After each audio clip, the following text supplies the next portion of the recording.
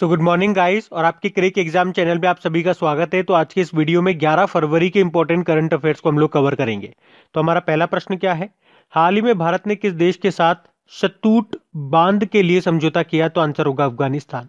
तो भारत और अफगानिस्तान ने अफगानिस्तान में काबुल नदी की एक सहायक नदी है उस पर शतूत बांध, जिसको लालंदर बांध भी कहते हैं, तो उसके निर्माण के लिए आपस में समझौता किया है।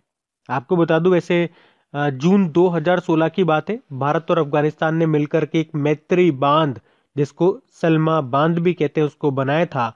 और उसके बाद अफगानिस्तान में भारत के द्वारा बनाया गया ये दूसरा बड़ा बांध है, जिसका नाम है शतूत बांध। अब बात अफगानिस्तान की है, तो ये रहा मैप पे अफगानिस्तान।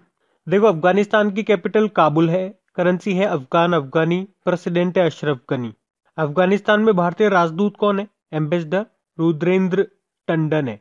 और पिछले साल नवंबर में जो ग्लोबल टेररिज्म इंडेक्स 2020 आया था, उसमें बताया था कि 2019 में सबसे ज्यादा आतंकवाद प्रभावित देश रहा है अफगानिस्तान। भारत उसमें 8वें नंबर पे था। बढ़ते आगे। फिर बताओ, अनफिनिश्ड अ मेमोयर नाम की बुक को किसने लिखा है? तो आंसर होगा प्रियंका चोपड़ा ने। तो अभी प्रियंका चोपड़ा ने अपनी नई बुक को रिलीज किया है, जिसका नाम है अनफिनिश्ड अ मेमोयर। इस बुक में इन्होंने अपने बचपन से लेकर अमेरिका में उनकी किशोरावस्था के दिनों तक के बारे में बताया है। बाकी R Giridharan right under our nose नाम की बुक को लिखा, Anupam Kher your best day is today नाम की बुक को लिखा, और Vikas Khanna kitchen to gratitude नाम की बुक को इन्होंने लिखा है। बढ़ते आगे। फिर है आयुष्मान भारत योजना के लाभार्थियों की सूची में किस राज्य ने 2020 में टॉप किया? तो आंसर होगा तमिलनाडु। तो अभी स्वास्थ्य मंत्रालय के द्वारा दी गई जानकारी के अनुसार 2018 से लेकर अब तक 3,239.5 करोड़ रुपए का इलाज कराने वाले लगभग 25.56 लाख लोगों के साथ लाभार्थियों की सूची में तमिलनाडु सबसे ऊपर रहा है। फर्स्ट नंबर पे तमिलनाडु, सेकंड नंबर पे आंध्र प्रदेश और थर्ड नंबर पे है गुजरात। तो ये आपको याद रखना है, आयुष्मान भारत योजना के लाभार्थियों की सूची में कौन सा राज्य टॉप पे है? तमिलनाडु टॉप पर है। तो ये जो आयुष्मान भारत योजना है, इसका उद्देश्य है हर साल 5 लाख रुपए तक का स्वास्थ्य बीमा कवर प्रदान करना। अच्छा, तमिलनाडु की बात है ना, तो ये रहा मैप में तमिलनाडु। देखो, इसकी कैपिटल चेन्नई है। मुख्यमंत्री है एड्डापड्डी के पलानी स्वामी, जिनको कुछ समय पहले पॉल हैरिस फेलो सम्मान से सम्मानित किया गया था। गवर्नर बनवारी लाल पुरोहित है। बाकी हमने पढ़ा था, पहला आर्द्र भूमि संरक्षण और प्रबंधन केंद्र ये चेन्नई में स्थापित किया गया।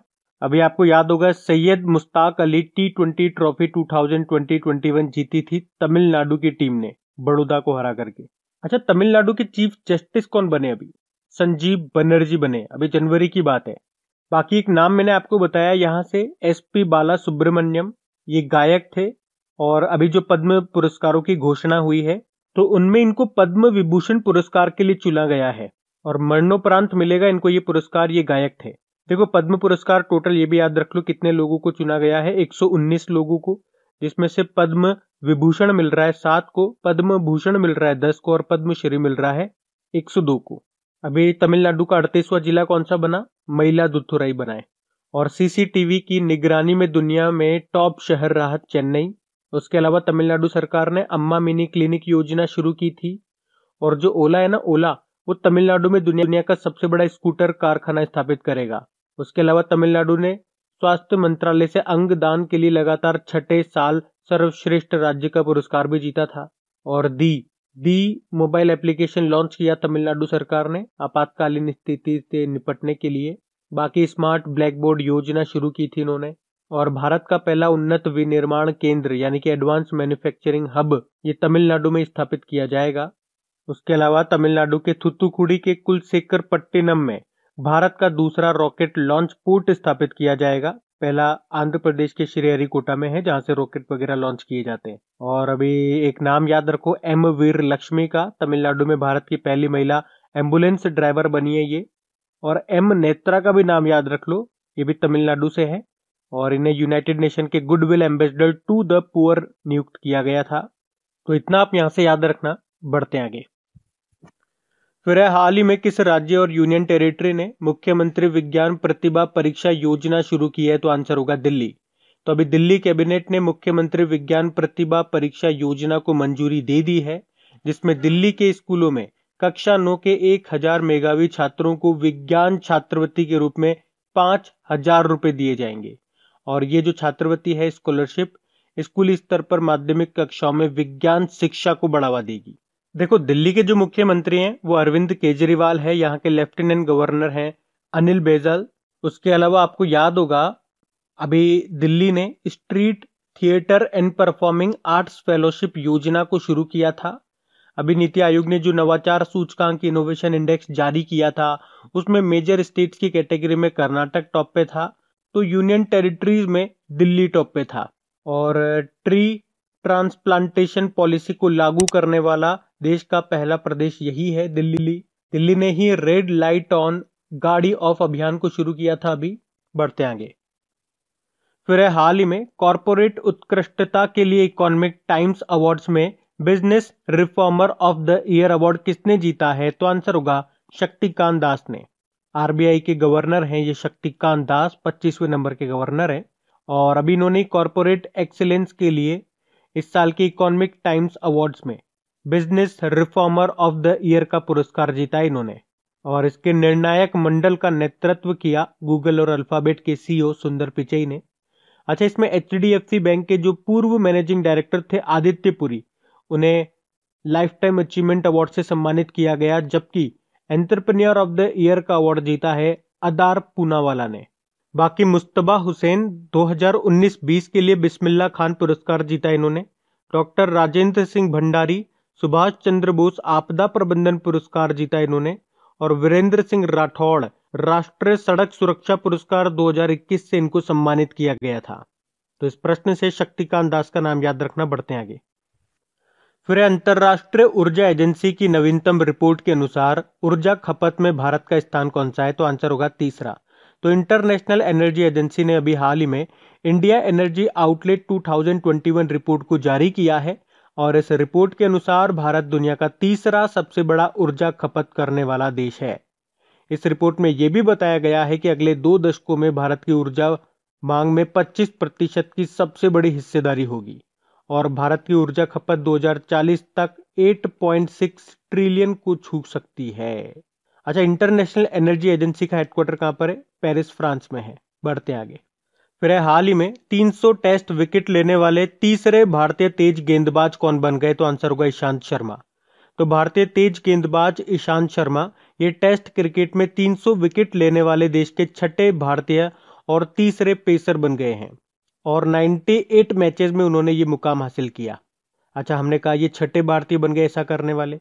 तो पहले 5 कौन कौन से हैं? अनिल कुंबले, कपिल देव, रविचंद्रन अश्विन, हरभजन सिंह और जहीर खान। बाकी ऋषभ पंत अभी हमने पढ़ा था, जनवरी 2021 का ICC player of the month award इन्होंने जीता। जबकि महिलाओं में साउथ अफ्रीका की ये शबनीम इस्माइल ने ये पुरस्कार जीता। और अजिंक्य रहाणे चोनी मुलाग पदक के पहले प्राप्तकर्ता थे ये। तो इनका नाम भी याद रखना। बढ़ते आगे। फिर हाल ही में international Day of women and girls in science ये कब मनाया गया? तो आंसर होगा 11 फरवरी को। तो हर साल 11 फरवरी को ये international Day of women and girls in science के रूप में मनाया जाता है। और इसकी थीम थी women scientist at the forefront of fight against कोविड-19, यानी कि कोविड-19 के खिलाफ लड़ाई में सबसे आगे महिला वैज्ञानिक। अच्छा, अब अगर बात कर ले फरवरी में कौन कौन से डे हमने मनाए। 1 फरवरी को भारतीय तटरक्षक बल इंडियन कोस्ट गार्ड फोर्स ने अपना 45वां स्थापना दिवस मनाया। 2 फरवरी को वर्ल्ड वेटलैंड डे मनाया जिसकी थीम थी वेटलैंड्स एंड वाटर। 4 फरवरी को वर्ल्ड कैंसर डे मनाया जिसकी थीम थी I am and I will. और 4 फरवरी को ही अंतरराष्ट्रीय मानव बंधुत्व दिवस International Day of Human Fraternity के रूप में मनाया जिसकी थीम थी a pathway to the future. 10 फरवरी को हमने विश्व दलहन दिवस के रूप में मनाया, वर्ल्ड पल्सेस डे। और 10 फरवरी को नेशनल डी वार्मिंग डे, राष्ट्रीय कृषि निवारण दिवस के रूप में भी मनाया जाता है। तो ये भी ध्यान रखना। बढ़ते हैं आगे। फिर है किस राज्य में कोविड-19 योद्धा स्मारक बनाए जाएंगे? तो आंसर होगा उड़ीसा में। तो उड़ीसा सरकार कोविड-19 योद्धाओं के बलिदान और सेवाओं को सम्मानित करने के लिए भुवनेश्वर में कोविड योद्धा स्मारक का निर्माण करेगी। तो कोविड-19 के कारण जान गंवाने वाले सभी स्वास्थ्य कर्मियों और अन्य सहायता सेवाओं को शहीद का दर्जा दिया जाएगा। अब बात उड़ीसा की है, तो ये रहा मैप में उड़ीसा। देखो, उड़ीसा की कैपिटल भुवनेश्वर है। मुख्यमंत्री है नवीन पटनायक और गवर्नर हैं गणेशी लाल। और उड़ीसा के भी नए चीफ जस्टिस बने हैं, एस मुरलीधर उनका नाम है।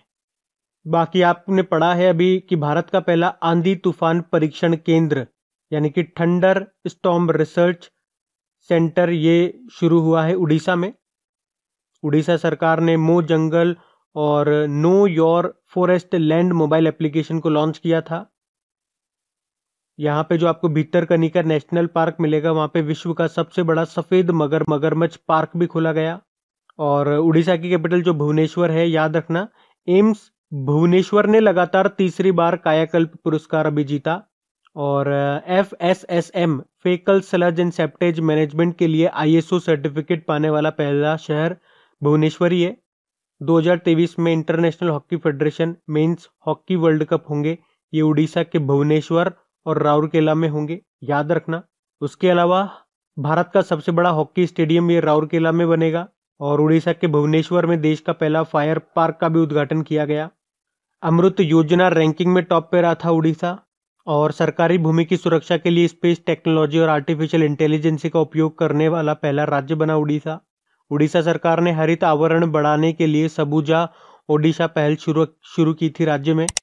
और भूमिहीन किसानों को लोन देने के लिए बलराम योजना शुरू की थी। देखो, कई बार ये प्रश्न आया है आपके एग्जाम में कि ब्लैक पगोडा टेम्पल किसे कहते हैं, तो कोणार्क सन टेम्पल को कहते हैं। आपके 10 रुपए के नोट पे इसका चित्रांकित भी है।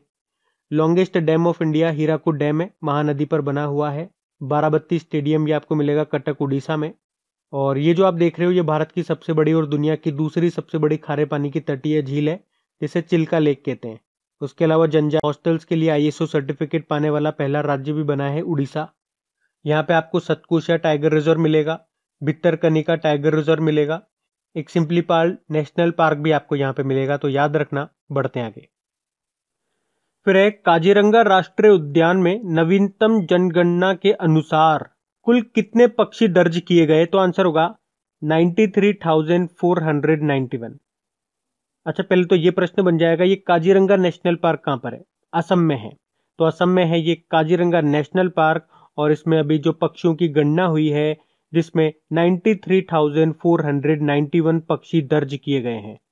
और इस गणना के दौरान 112 पक्षी प्रजातियां पाई गई हैं।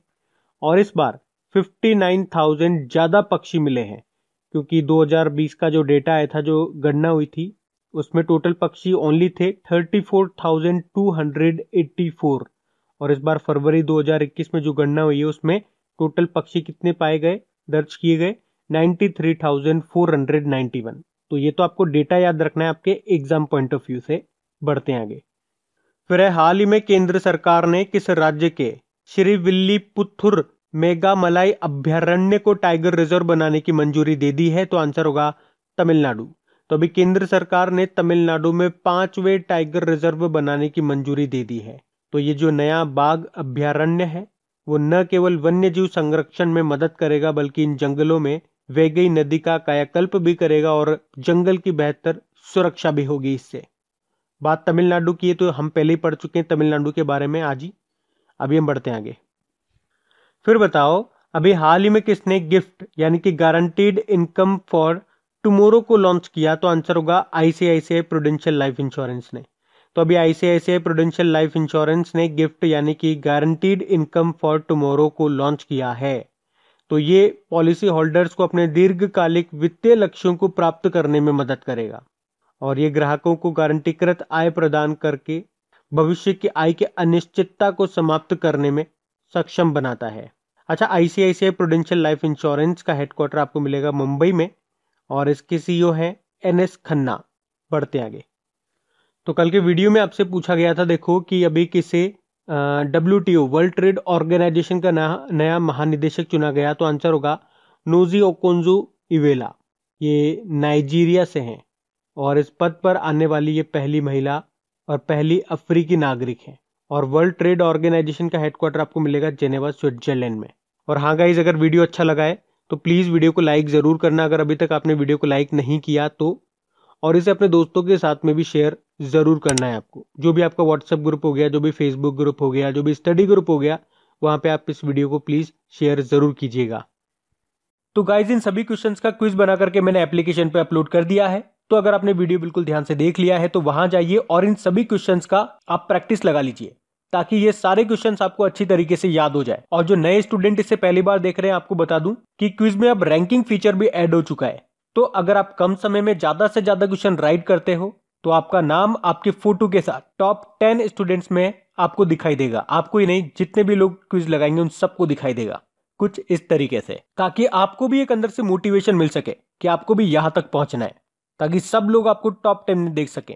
और वैसे भी आप तो आपके इन करंट अफेयर्स का रिवीजन करवाने के लिए मैं इसका ऑडियो भी तैयार कर रहा हूं। तो दिन में 4 से 5 मिनट निकाल करके वो आप ऑडियो सुन लीजिए, ताकि आपका इन करंट अफेयर्स का फिर से रिवीजन हो जाए। क्योंकि आपको पता है चीजों को पढ़ना इंपॉर्टेंट है, लेकिन समय समय पर उनका रिवीजन करना बहुत ज्यादा जरूरी है। रिवीजन नहीं करोगे तो वो सारी चीजें आप भूल जाओगे। तो आप ही के लिए मैं इसका रिवीजन ऑडियो तैयार कर रहा हूं। तो उस ऑडियो का लिंक मैंने नीचे डिस्क्रिप्शन में दे दिया है, वहां जाकर के आप मुझे फॉलो कर लीजिए। और फॉलो करने के बाद में पास में जो बेल आइकन आएगा आप उसे जरूर दबा लेना, ताकि जब भी मैं ऑडियो अपलोड करूं उसका नोटिफिकेशन आपको मिल सके। और एप्लीकेशन अगर अभी तक आपने डाउनलोड नहीं किए तो उसका लिंक भी आपको नीचे मिल जाएगा। वहीं पे आपको क्विज, वीडियो, पीडीएफ सब मिल जाएंगे। तो इस प्रश्न का उत्तर आता है तो कमेंट बॉक्स में जरूर टाइप करिए। चलिए अब मिलते हैं करंट अफेयर्स के रिवीजन वीडियो में। Thank you guys.